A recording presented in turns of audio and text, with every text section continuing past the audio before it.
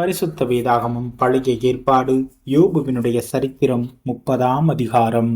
இப்போதோ என்னிலும் இளைய வயதானவர்கள் என்னை பரியாசம் பண்ணுகிறார்கள்.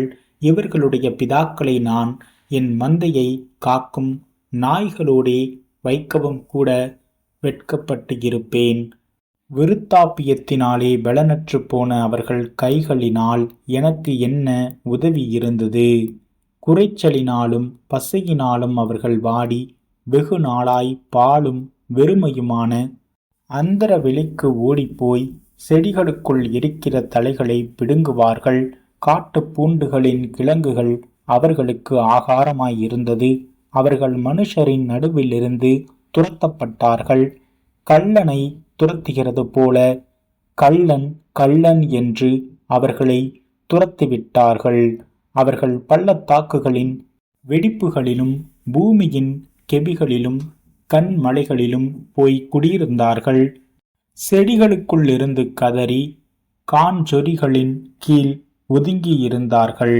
அவர்கள் மூடரின் மக்களும் நீசரின் பிள்ளைகளும் தேசத்திலிருந்து துரத்துண்டவர்களுமாய் இருந்தார்கள். ஆனாலும் இப்போது நான் அவர்களுக்கு பாட்டும் பழமொழியும் ஆனேன். என்னை அருவருத்து எனக்கு தூரமாகி என் முகத்துக்கு முன்பாக துப்ப கூசாதிருக்கிறார்கள். நான் கட்டின கட்டை அவர் அவிழ்த்து என்னை சிறுமைப்படுத்தினபடியினால் அவர்களுக்கும் கடிவாளத்தை என் முகத்துக்கு முன்பாக உதறிவிட்டார்கள்.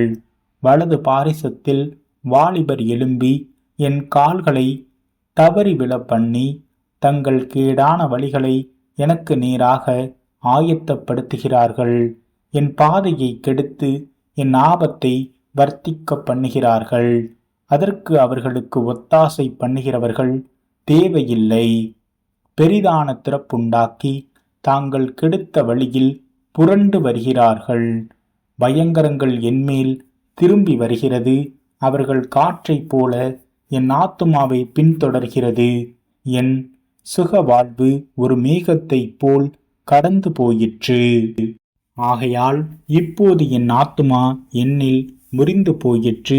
உபத்திரவத்தின் நாட்கள் என்னை பிடித்து கொண்டது. காலத்திலே என் எலும்புகள் துளைக்கப்பட்டு என் நரம்புகளுக்குள் இளைப்பாறுதல் இல்லாதிருக்கிறது. நோயின் உக்கிரத்தினால் என் உடுப்பு வேறுபட்டு போயிற்று.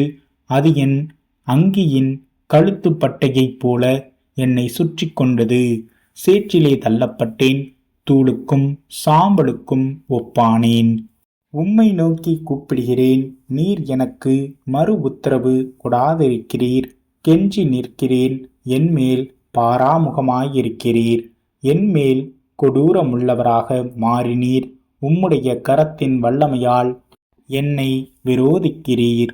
நீர் என்னை தூக்கி என்னை காற்றிலே பறக்கவிட்டு என்னை பயத்தினால் உருகிப்போக பண்ணுகிறீர். சகல ஜீவ ஆத்துமாக்களுக்கும் குறிக்கப்பட்ட தாவரமாகிய மரணத்துக்கு என்னை ஒப்பு கொடுப்பீர் என்று அறிவேன். ஆனாலும் நான் யாதொருவனை அவன் ஆபத்திலே தவிக்க பண்ணினதும் துன்னாடை கண்டவனுக்கு நான் அழாதிருந்ததும் எளியவனுக்காக என் ஆத்துமா வியாகுலப்படாதிருந்ததும் உண்டானால் அவர் என் மனுவுக்கு இடம் கொடாமல் எனக்கு விரோதமாய் தமது கையை நீட்டுவாராக. நன்மைக்கு காத்திருந்த எனக்கு தீமை வந்தது. வெளிச்சத்தை வர பார்த்து கொண்டு இருந்த எனக்கு இருள் வந்தது. என் குடல்கள் கொதித்து அமராதிருக்கிறது. உபத்திரவ நாட்கள் என்மேல் வந்தது. வெயில் படாதிருந்தும் நான் கருகருத்து திரிகிறேன். நான் சபையிலிருந்து எழுந்திருக்கும் போது அலறுகிறேன். நான் மலைப்பாம்புகளுக்கு சகோதரனும் கோட்டான்களுக்கு தோழனும் ஆனேன். என் தோல் என்மேல் கருத்து போயிற்று. என் எலும்புகள் உஷ்ணத்தினால் காய்ந்து போயிற்று.